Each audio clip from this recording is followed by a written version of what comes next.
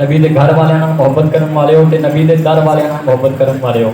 इस मुहब्बत को दिल में रखते हुए हजूर अलैहिस्सलातु वस्सलाम की बारगाह कुदसिया ते दुरूद पाक पढ़ो, तो इस अकीदे ना पढ़ो कि असं पढ़ते हैं हसनैन नाना ज़हरा ते बाबा सुनते हैं। मुहब्बत के नाल एक बार तुसी पढ़ो, उस तो बाद मैं पढ़ांगा, फिर बाबा जी फैसला करेंगे कि आवाज़ की नहीं जा रहा। मुहब्बत के नाल माइक थले कर रहा मिल